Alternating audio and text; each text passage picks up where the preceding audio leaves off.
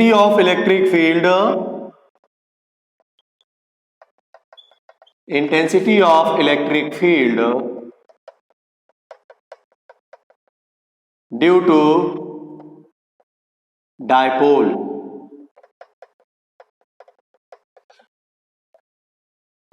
Intensity of electric field, intensity of electric field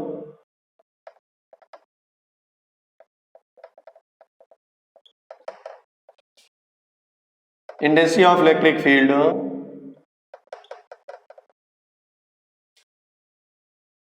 is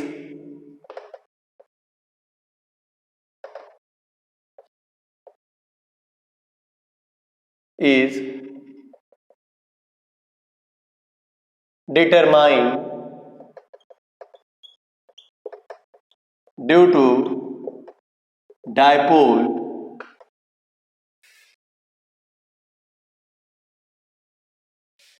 in three conditions. तीन condition में हम intensity of electric field dipole के कारण निकालेंगे. पहला, at axial line, axial line इसी को हम बोलते हैं end on position, end on position. Number 2, at equatorial line, equatorial line इसको बोलते हैं broad side on position, broad side on position.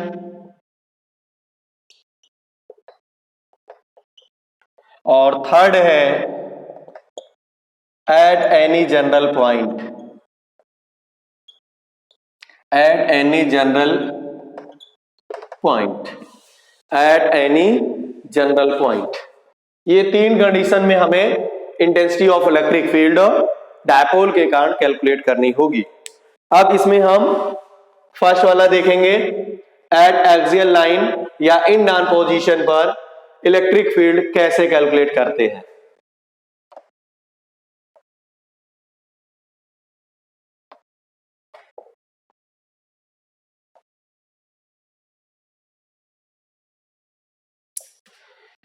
तो यहां पर देखो बेटा, ये एक डायपोल मैंने बना लिया.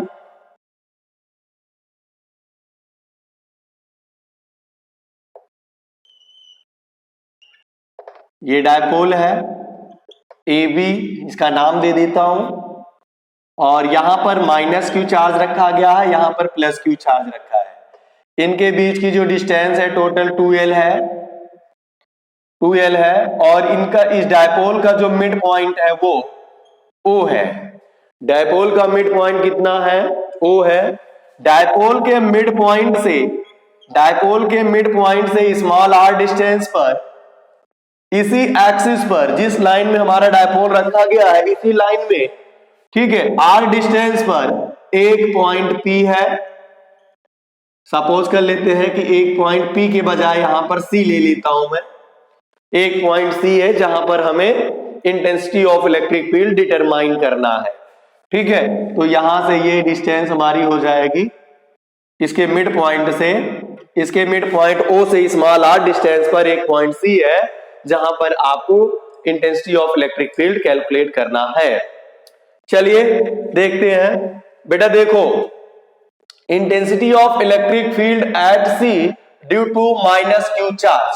तो ये माइनस क्यू चार्ज एक पॉइंट चार्ज बन जाएगा. और पॉइंट चार्ज के कारण इंटेंसिटी ऑफ इलेक्ट्रिक फील्ड कितनी होती है, ये मैं पहले वाली वीडियो में आपको बता चुका हूं. अब यहां पर आपको क्या करना है, intensity of electric field at point C due to this minus Q charge, ठीक है, कैलकुलेट करना होगा. क्या होता है वो मैं पहले आपको बता चुका हूं. तो मैं यहां पर लिख रहा हूं intensity of electric field due to electric field at C due to minus Q charge. Minus Q charge के कारण कितनी इंटेंसिटी ऑफ इलेक्ट्रिक फील्ड होगी? E1 इज इक्वल टू बोले कितनी होगी? 1/4 पाई एप्सिलॉन नॉट के माइनस क्यू अपान, यहां से देखिए ए से लेकर के सी तक की डिस्टेंस कितनी है? ए से लेकर के सी तक की डिस्टेंस, ए से लेकर के ओ तक की डिस्टेंस कितनी है? एल है। अगर ये टोटल 2L है तो ये ओ मिड पॉइंट है तो ओ ए कितनी हो जाएगी? एल हो जाएगी। ओ बी कितनी होगी? ये भी एल हो जाएगी। ठीक है, टोटल 2L है तो ओ ए कितना होगा? एल होगा। ओ बी कितना होगा? ये भी एल होगा। अब ओ ए से लेकर के सी तक की डिस्टेंस कितनी बनेगी? ओ से हमें सी तक की मालूम है कितनी? आर। ए से लेकर के सी तक की डिस्टेंस कितनी होगी? तो एल इसमें और ऐड कर दो, आर प्लस एल, ये आपकी डिस्टेंस होगी ए से लेकर के सी तक। ए से सी तक की डिस्टेंस कितनी होगी? L plus R. तो यहां पर आ जाएगा आपका एल आर प्लस एल का whole square, R plus L का होल स्क्वायर। सिमिलरली इसी तरह से intensity of electric field due to plus Q charge के कारण कितनी इंटेंसिटी ऑफ इलेक्ट्रिक फील्ड होगी? Plus Q charge. तो यहां पर E2 is equal to 1/4 pi epsilon naught के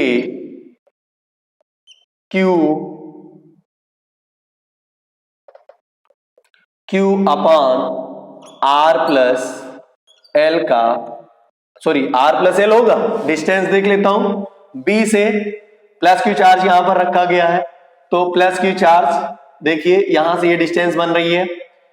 टोटल ओ से लेकर के आर है और ओ से लेकर के बी तक की डिस्टेंस एल है, तो बी से सी की डिस्टेंस कितनी होगी? ये देखिए एक लाइन में खींच रहा हूं, यहां से लेकर के डिस्टेंस ये पूरी आर है, ये पॉइंट ओ है, ये सी है, ये पॉइंट हमारा बी आ गया। ठीक है, और ये ओ बी हमारा एल है। तो बताइए बीसी कितना बनेगा? आर में से अगर एल को हटा दिया जाए ये वाला तो बीसी मिल जाएगा। तो ये हो जाएगा आर माइनस एल का whole square, R minus L का होल स्क्वायर। ये इक्वेशन नंबर 2 हो गया। अब देखिए यहां पर जो टेस्ट चार्ज रखा गया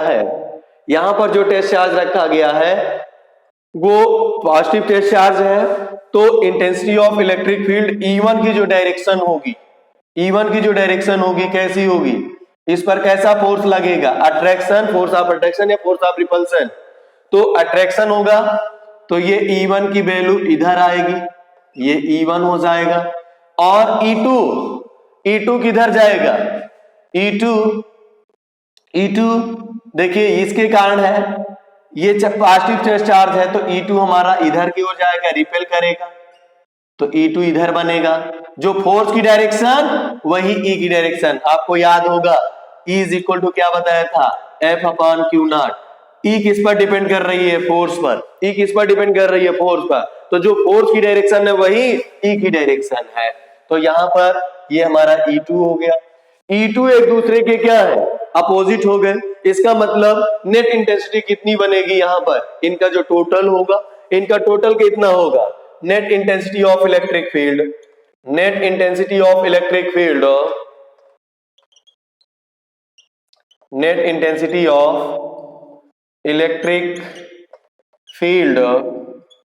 एट सी पर net intensity of electric field कितनी होगी? At C is equal to, देखिए E1 इधर, E2 इधर। आप बताइए E1 और E2 में बड़ा कौन है? E1 और E2 में बड़ा कौन है? ये डिस्टेंस कम है, चार्जेस तो दोनों की वही है, ये डिस्टेंस कम है तो E2 बड़ा होगा। तो E2 प्लस E1 इधर की ओर है तो ये E1 की वैल्यू माइनस के लिए लेते हैं, E1। ठीक है, तो आपको यहां पर मिलेगा E2 is equal to E2 minus E1, E2 is equal to E is equal to, यहां पर मैं लिख ले रहा हूं E की वैल्यू, ये आप लोग नोट कर चुके हो तो मैं इसे हटा देता हूं, ठीक है, ये मैं हटा दे रहा हूं, ठीक है। आप लोगों को स्क्रीनशॉट लेना है तो ले लीजिए, या नोट कर रहे हो तो वीडियो जो है पॉज करके आप लोग नोट कर लीजिए। चले मैं इसको हटा रहा हूं।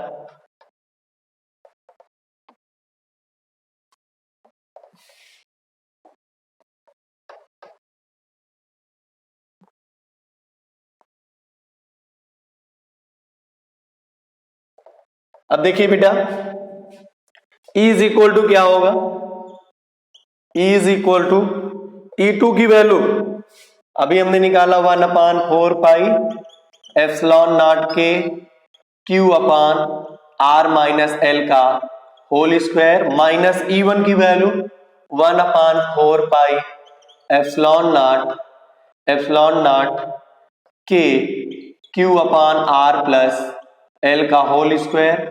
देखिए यहां पर कॉमन क्या दिख रहा है, Q upon 4 pi epsilon naught के कॉमन दिख रहा है, तो E is equal to Q upon 4 pi epsilon naught के कॉमन ले लोगे तो यहां पर क्या बनेगा, R माइनस एल का whole square minus 1/R plus L का होल स्क्वायर। अब बेटा यहां पर क्या करना है, आपको एलसीएम लेके सॉल्व कर लेना है, तो E इज इक्वल टू आपको मिलेगा Q upon 4 pi epsilon naught के, एलसीएम क्या होगा, R माइनस एल का whole square R plus L का होल स्क्वायर, और यहां पर आ जाएगा R प्लस एल का whole square minus R minus L का होल स्क्वायर। दोनों का प्रोडक्ट एलसीएम हुआ तो ये वाला इधर जाएगा और ये वाला इधर आएगा। जब एलसीएम दोनों का प्रोडक्ट होता है तो ये जो है क्रॉस मल्टीप्लाई हो जाते हैं, R माइनस एल का होल स्क्वायर 1 के साथ इधर जाएगा और R प्लस एल का होल स्क्वायर इस तरफ आएगा, ठीक है। तो E इक्वल टू बेटा क्या आएगा, Q upon 4 pi epsilon naught के, यहां पर आपको क्या मिल रहा है, ए प्लस ए, देखिए ये ए स्क्वायर माइनस बी स्क्वायर बन रहा है, ए स्क्वायर माइनस बी स्क्वायर, एक ब्रैकेट में लिख लो, एक ब्रैकेट, या फिर इसको ऐसे भी कर सकते हो, A square plus B square plus 2ab, ये वाला फॉर्मूला भी आप लगा सकते हो। तो यहां चलिए यही वाला लगा लेते हैं, R square plus L square plus 2RL minus, यहां पर ये बनेगा R square minus L square plus 2RL, ठीक है, अपॉन में R माइनस एल का होल स्क्वायर। देखिए चलिए ये भी ऐसे लिख लेते हैं, और ये R प्लस एल का होल स्क्वायर हो गया। यहां पर R square L square cancel, 2RL plus 2RL ये बन गया 4RL is equal to Q upon 4 pi epsilon naught के ऊपर आ जाएगा 4RL अपान, ये देखिए R माइनस एल और R प्लस एल ये दोनों का स्क्वायर लगा है, तो इसको कर लेना आप लोग whole square, R minus L in one bracket, R plus L in other bracket, और इसका कर देना आप लोग होल स्क्वायर। जब इसका होल स्क्वायर आप करोगे तो आपको क्या मिलेगा, E is equal to Q upon 4 pi epsilon naught के 4RL अपॉन ये a minus B a plus B, ये बन गया R square minus L square का होल स्क्वायर बन जाएगा, ठीक है। अब यहां पर देखते हैं, if R is much greater than L, then on neglecting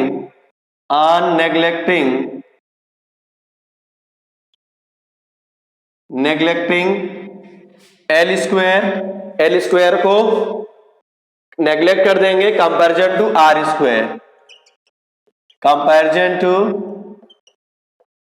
R square, therefore E equal to आपको क्या मिलेगा बेटा, Q upon 4 pi epsilon naught के 4RL अपॉन R स्क्वायर है, इसका होल स्क्वायर भी लगा है, तो क्या बन जाएगा, ये R की पावर 4, एक R से एक R कैंसिल हो जाएगा, E इक्वल टू क्या बनेगा, इस Q को उधर कर लीजिए तो ये बन जाएगा 1/4 पाई एप्सिलॉन नॉट के और बेटा ये जो 4 है इसको ब्रेक कर लो, 2 और यहां से Q गया तो 2QL, इस तरह से इसको ब्रेक कर लेना। और यहाँ एक R कैंसिल हो चुका है तो ये R की पावर 3 बन जाएगा, R की पावर 3। 2QL को जानते हो, what is 2QL?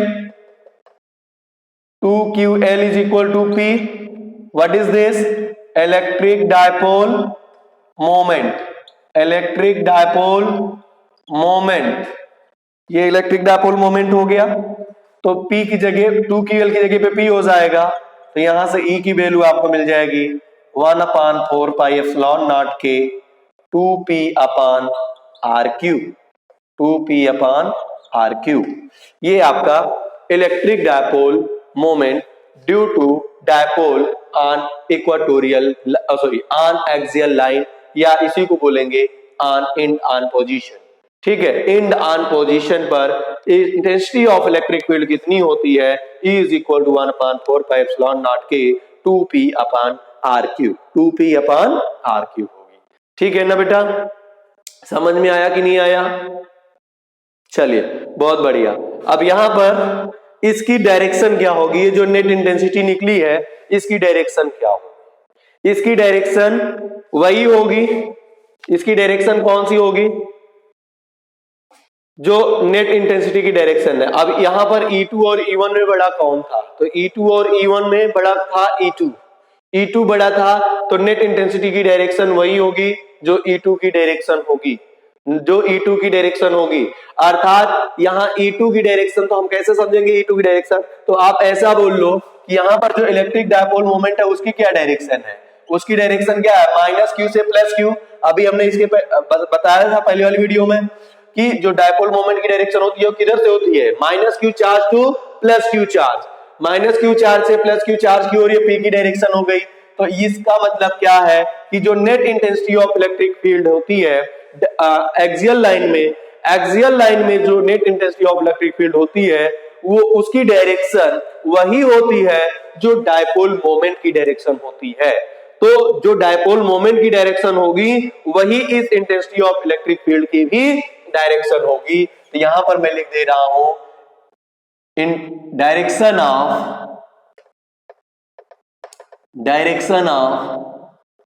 Net intensity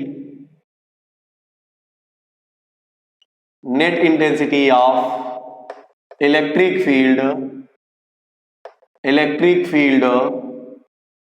due to dipole on axial line is along the direction of dipole moment। जो डायपोल मोमेंट की डायरेक्शन होगी वही डायरेक्शन हमारी net intensity of electric field की भी होगी। ठीक है, उम्मीद करता हूं कि वीडियो आप लोगों को समझ में आई होगी, और अगर बेटा वीडियो समझ में आई है तो चैनल को सब्सक्राइब करना मत भूलिएगा